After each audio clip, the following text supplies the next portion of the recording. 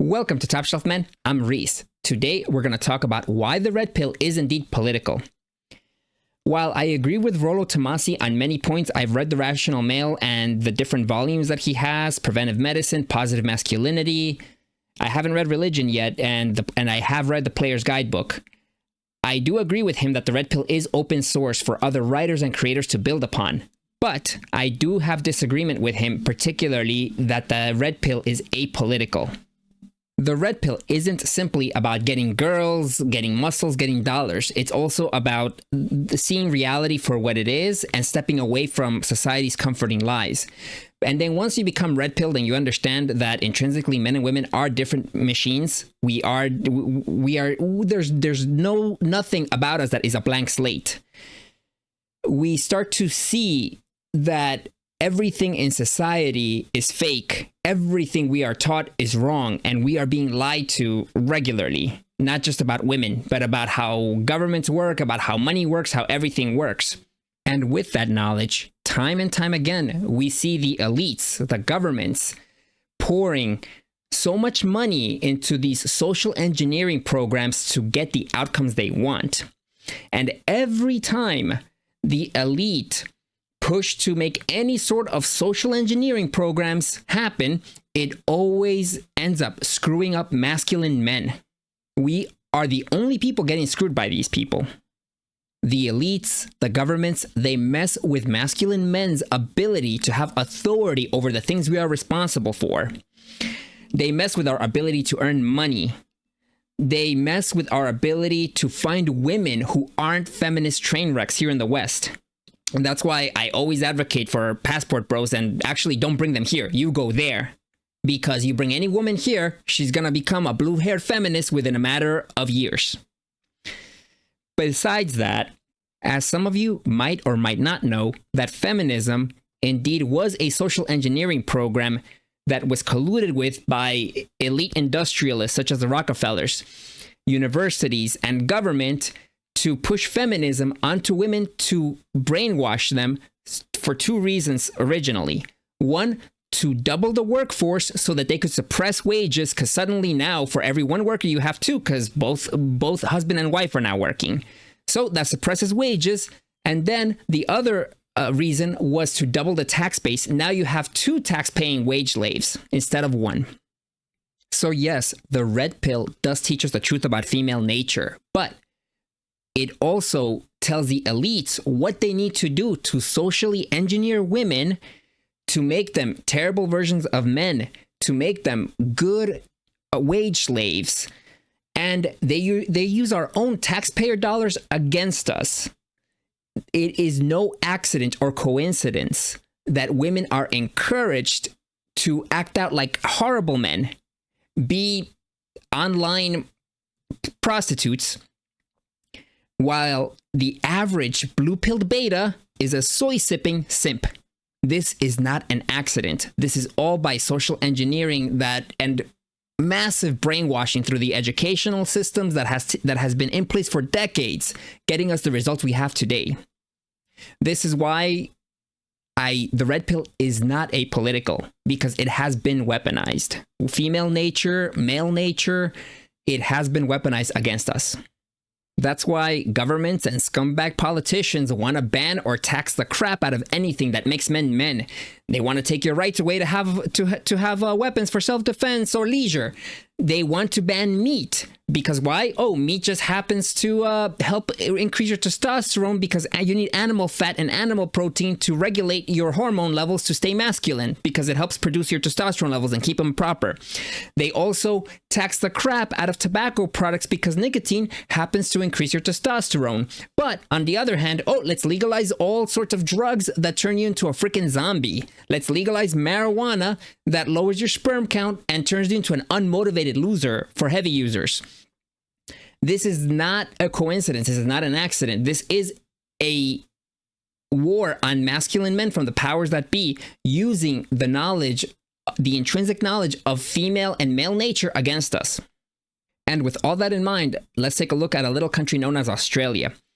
It seems that whatever kind of blackmail, whatever kind of thing that the powers that be have on Australian politicians is stronger than on other countries, and they kind of use it as a probing ground to pull their world communist bullcrap. For example, during the coup, this country actually had quarantine camps for their own citizens. In case you tested positive for the coup, you would be involuntarily put on one of these camps until whatever arbitrary reason they decided to leave you alone. So let's take a look with this. This started about a month ago. Australian state appoints official for men's behavior change as outcry over violence against women grows. Now remember, they never let a tragedy go to waste. As violence for women. So let's look into see what this is about. It is from the Clown News Network, but there are other sites reporting on this too. So demonstrators take part in a national rally against violence against women in Sydney on April 27, 2024. As Australian women push for action on domestic violence, a problem described by the country's prime minister as a national crisis. For something to be a national crisis, it has to be widespread. Let's see how much of a crisis this really is. One state has appointed a special official charged with improving men's behavior. Victoria Premier Jacinta Allan, I'm sure that sounds very Australian, announced Wednesday that the state MP Tim Richardson would serve as the inaugural parliamentary secretary for men's behavior change, the first position of its kind in the country. Richardson said that he would focus on the influence the internet and social media have on male attitudes towards women, and on building respectful relationships. Because women never disrespect men. That's unheard of. It would not be easy work, but it's important, he added. We must make Victoria a safer place for women and children and work to end the tragedy of deaths of Victorian women at the hands of men, Richardson wrote on X. Gender-based violence is plaguing Australia. 31 women have been killed across the country so far this year, according to the Counting Dead Women Project. Last year, 64 women were murdered, the group said. 64 women in the country of Australia. Now, mind you, they're calling this a crisis. They specifically used the word crisis. So let's take a look at the demographics of Australia. Demographics of Australia, I know it's Commipedia, but, the first thing that popped up, we're being lazy about this, but again, because 64 women were murdered last year, and we're up to 31, and we're over half of the year's over. So let's look at the demographics. The population of Australia is estimated to be 27,276,800 people as of 2nd of July, 2024. So out of 27.2 million people, 64 women were murdered. Again, it's a tragedy that these 64 women died untimely, but out of a population of over 27 million, 64, and they're calling this a crisis. This is how you can tell if you're a red pill that this indeed is a government scam.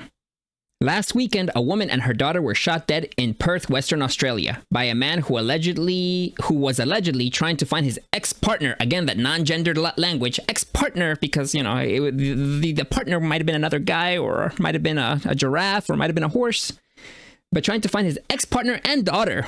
Maybe if it was two dudes, it was a butt baby. Who knows? In a statement, a man's daughter said that when my father couldn't find us, he murdered her best friend and her best friend's daughter. The country was rattled by multiple violent incidents in April, including when 5 women were killed by a man armed with a knife at a shopping center in the suburb of Bundy in Sydney. I'm sure it was Crocodile Dundee with a knife that was murdering these 5 random women. It wasn't somebody from some kind of weird political faction or religious faction. God knows. Police said CCTV footage showed it was obvious the man targeted women because he was hating women, but we'll stop him on the internets. In another violent incident, a 28-year-old mother was allegedly murdered by her partner, who was already facing charges of raping and stalking her, but had been released on bail. Sounds like the judge that released him on bail, that allowed the bail to be released, is the one who should be, facing some kind of punishment for poor judgment. Tarang Chawla, who founded the nonprofit Not One More, Nikki, after his sister Nikki Chawla was murdered by her partner, again, in 2015, told CNN he hopes the new parliamentary position will make a tangible difference to addressing male violence in Australia.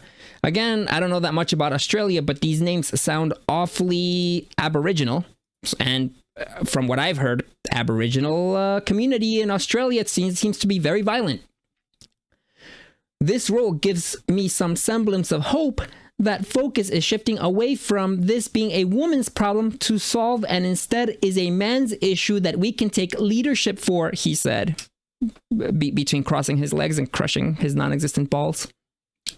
But it also requires the parliamentary secretary to consult and elaborate on solutions with those working on the ground, with men to understand their attitudes, the drivers of their actions, and work to change their behaviors. They want to change men's behavior, masculine men, but now they're saying all men are violent.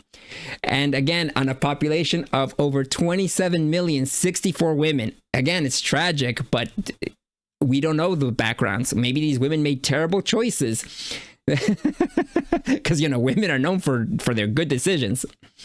However, not all Australians had a positive reaction to the news. Jane Hume of the opposition Liberal Party, who represents Victoria in the National Senate, questioned the efficacy of the appointment. It does sound to me like a little bit of window dressing around a really important issue that involves genuine cultural change, she told Sky News. And this is why, whether women call themselves liberal, conservative, communist, whatever the hell they call themselves, they're all feminists. Because again, this Jane Hume, just for political points, being part of the opposition Liberal Party, whatever that means, because some parties in European and Australian politics, they call themselves liberal, but they're actually technically the conservatives. Again, it's weird. But if I have any Australian viewers, feel free to elaborate more in the comments below. But again, she's questioning the efficacy. This Jane Hume is questioning the efficacy of the appointment. But she's still pushing on the BS that this is some kind of crisis for women. That they need some kind of cultural change because women are always the victims. Within hours of announcing the position, Richardson took to X, writing, "Some pretty hectic reactions here to an important role and Australian first. It will be about modeling positive role models for boys and men and ensuring we break away from gender-based stereotypes and building respectful relationships. As boys and men, we need to lead this," like a frickin' sissy. While the new parliamentary secretary for men's behavior change now exists at a state level, Australian Prime Minister Anthony Albanese was also announced in May a rapid review into the prevention of domestic violence after calling the problem a national crisis. Again, this is how you can tell it has commie gobbledygook all over it. I guess his quote is, "We recognize that governments need to act, but we also recognize that this is an issue for the whole of society. Women should not be responsible for ending violence against women," he said at the time.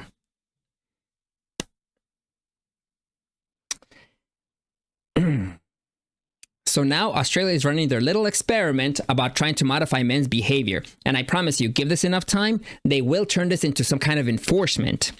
And then once it comes into some kind of enforcement, there will be legal penalties for offending women or just saying anything that the government doesn't like. As you guys may or may not know, in England, some guy just got 4 months in jail for carrying a Legend of Zelda fake Master Sword toy. So they're arresting this guy, this British guy, for having a toy while the country is plagued with no-go zones that are under Sharia law, stabbings, acid burnings by a certain minority group you're not allowed to talk about. But the police are keeping you safe because this toxic masculine guy can't have his Master Sword to wave around in public. This is why the red pill cannot afford to be apolitical. Whether it's left or whether it's right, whether it's conservative, whether it's liberal, whether it's full-blown commie, It's all against men. All sides are teaming up against men from a political spectrum, using the knowledge that the red pill has shared, grown on, about the nature of the human animal, the male animal, and the female animal. It's all being used against masculine men.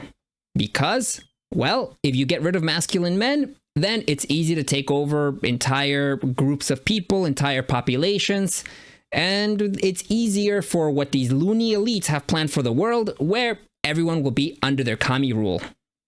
So thank you for watching this video to the end. I've started a locals group for Top Shelf Men. Please, I'll add the URL link in the description and here on the screen. Please join. I will be adding more content as time goes. I usually take notes before I make these videos, so I will be uploading these notes so you will know what kind of videos I make ahead of time.